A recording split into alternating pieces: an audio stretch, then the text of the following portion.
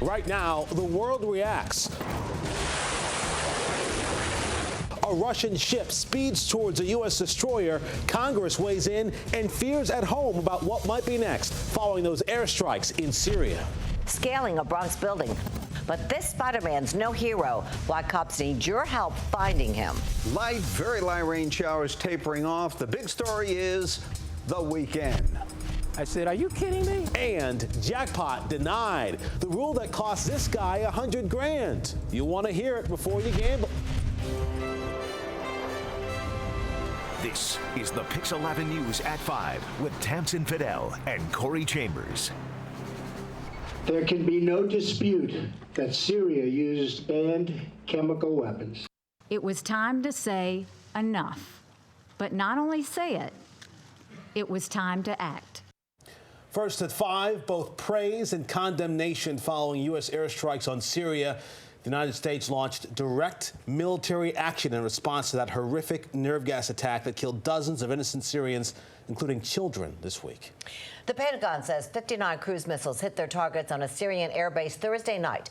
The U.S. ambassador to the United Nations warns the U.S. is prepared to take further action in Syria, but hopes it will not be necessary.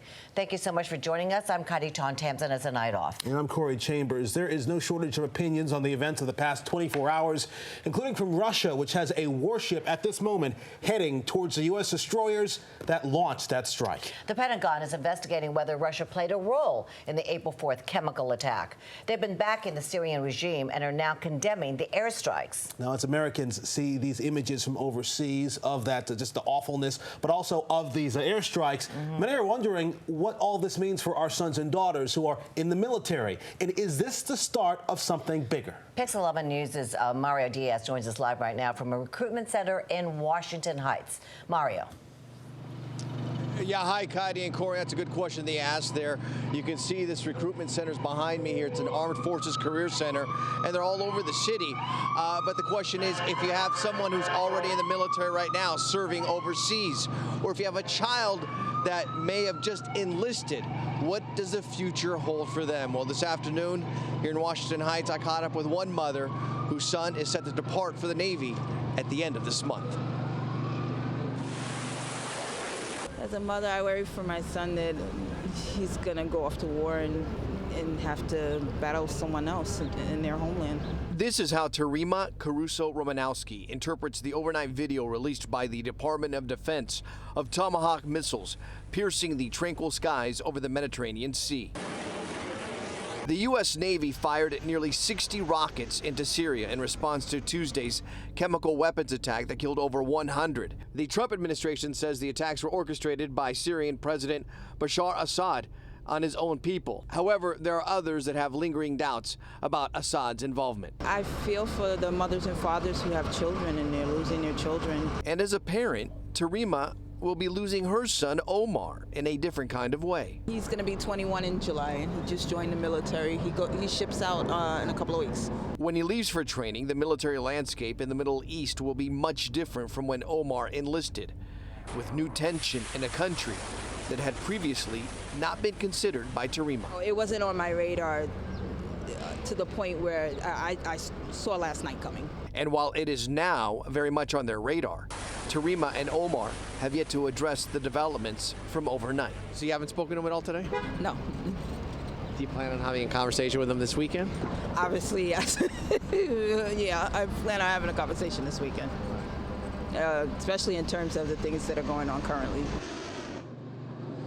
And there's no doubt that there will be many families having dinner table conversations here moving forward as a result of what we've seen and what takes place here in the next few days.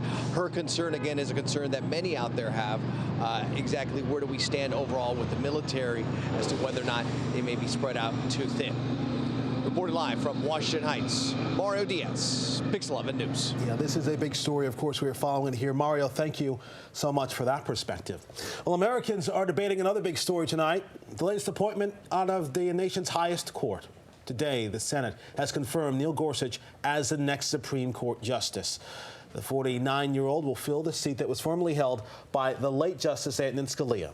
The final vote was 54-45 and follows an attempt by Democrats to filibuster Senate Republicans ultimately used what's called the nuclear option to move things forward with just a simple majority. Gorsuch will be sworn in on Monday as the country's 101st Supreme Court justice. Well, it was a situation so potentially dangerous that emergency workers from about a dozen departments responded to this. Police say a construction worker got pinned 14 stories above the Hudson this afternoon on the new Tappan Zee Bridge. His foot and ankle got pinned under some kind of heavy object. He simply could not free himself. First responders were able finally to free him. He's reportedly being treated at a hospital for an ankle injury.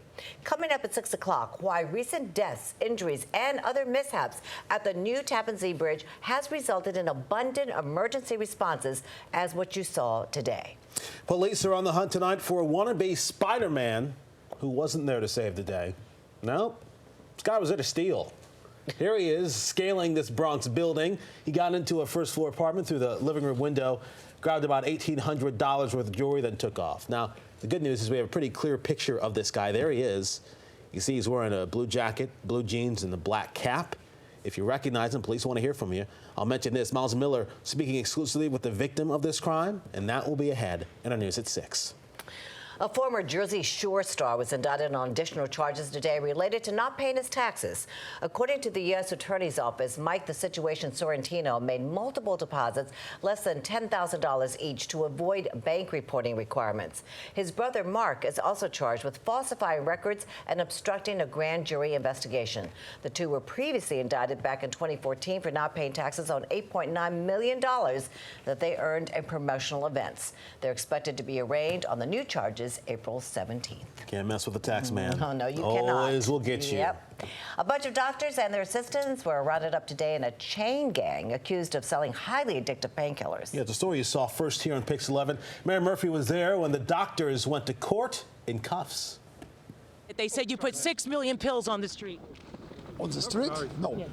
No comments. I'm absolutely innocent. Dr. Lazar Fagan was wearing cuffs instead of a stethoscope, hauled into court with other Brooklyn physicians and office managers, accused in a massive scheme to sell highly addictive painkillers, mostly oxycodone, and also defraud Medicare in the process. Dr. Fagan, prosecutors say that you were motivated by greed. We never, ever treat addicts. We treat sick people. We're a primary care facility. You weren't making millions by feeding these addicts addiction. We are not treating addicts. The pills were 100% used as an incentive to get the patients in the door. Special narcotics prosecutor Bridget Brennan announced the indictments against the Russian-born Fagan, who once posed in the New York Times flashing a fancy watch, suit, and sunglasses, and 12 of his associates from 3 medical clinics. Doctor, were you helping to feed these addicts and their problems? No comment. Brennan said drug dealers were among the clients at the clinic and that Fagan's facilities also earned $16 million by bilking Medicare for unnecessary nerve tests and EKGs. He loved to dress nicely. He loved nice things,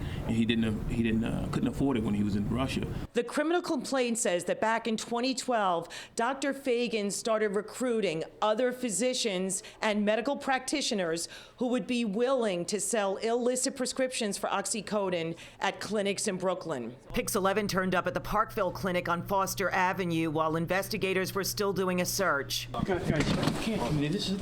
Please. They send us to a location. I understand. Salim Khan told us he was the security guard and recalled what most patients complained of during their visits. Back pain and, the leg pains. Oxycodone is one of the most abused opioids in the nation, and it's led many who can't afford the pills to turn to heroin for a similar, though cheaper, high. More than 1,300 people fatally overdosed in New York City in 2016, a city record, and opioids were blamed for the huge spike. The opioid crisis is costing the U.S. economy more than $78 billion annually. But Dr. Fagan said, don't blame him. I don't know what's going on. My attorney will take care of this. I'm Mary Murphy, Pix 11 News. Well, the NYPD is set to deploy its first officers with body cameras at the end of the month. 1,200 officers will be given the gear to start. The department will test them out for a year and then use the feedback to determine how they will proceed with this technology. Mayor de Blasio has already expressed his desire to have cameras on every single officer by 2019. All right, turning now to what's happening outside, and not a bad day at this point, but boy, oh boy, you just wait. Right, Mr. G? Man is right. Over the weekend, the good stuff comes into the tri-state area. Live shot, good numbers on the cool side of 48 degrees, 45 degrees in Newburgh. The rain is very light. It's scattered about. It's a spritz here and there, a flurry about 80 miles from the city. But the flow is generally from the north and west. Once it kicks west, once it kicks southwest, we'll do better and better in terms of temps. Now, the normal should be right around 56, 57. Bingo across the board with azure blue skies, a ton of sun. 54 does it. Coming up the rest of the weekend next week. We'll have it later on. Love the sound of that. Thank you, G. All right, well, back on track. A lot of folks love the sound of this, too. 5 days after the New Jersey Transit train derailed, Amtrak, the LIRR, New Jersey Transit, all operating on or close to schedule. That's right. It's been a commuter nightmare, but finally it's come to an end. Greg Mocker's live for us right now at Penn Station to see how riders are faring today. Hi there, Greg. Hi, Kaidi. You always sense a little bit of a good mood on a Friday, right? The weekend is here, even more so today. Amtrak saying, which remember, they're responsible for maintaining Penn Station, that they have resumed scheduled operations. It happened earlier this morning. It has been a long week. I just had to keep waiting for the next train, and you know, eventually it showed up, but. Yeah, how much longer do you think that added to your commute? Was it 20 minutes or was it 2 hours? I've been late to work since I started working in the city, and I was late to work this week. So it was excused, but you know.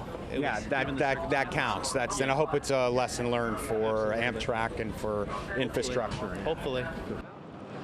Amtrak released this picture earlier in the week of crews at the scene. It gives you an idea how everything is interconnected there. 21 tracks, all going down to two, essentially. Right now, the conversation is certainly on time, and looking at the big boards, you see some smiles, people just trying to get there. Trains are moving. I was just down there and got this video from areas that you will recognize. However, what is the way to prevent this? That would go to the funding of Amtrak, the age of this facility. That is certainly a conversation now that elected leaders are having, that New Jersey Transit is having, that Long Island Railroad is having. Riders are saying, don't you forget this. They don't want to have to go through another week like this. Outside Penn Station, Greg Mocker, Pix 11 News. Yeah, and those passes are expensive, so folks want to get to work and get home. Greg, thank you. Still to come, brazen theft of an ambulance. The teenage boy behind this robbery. Also, Uber, a lifesaver? Yeah, it's actually saving lives. We'll explain why it's happening more and more coming up. Then imagine you're at the casino filling the slot machine with quarters and you hit the jackpot. But you go home empty-handed? How one man lost a windfall and a friend.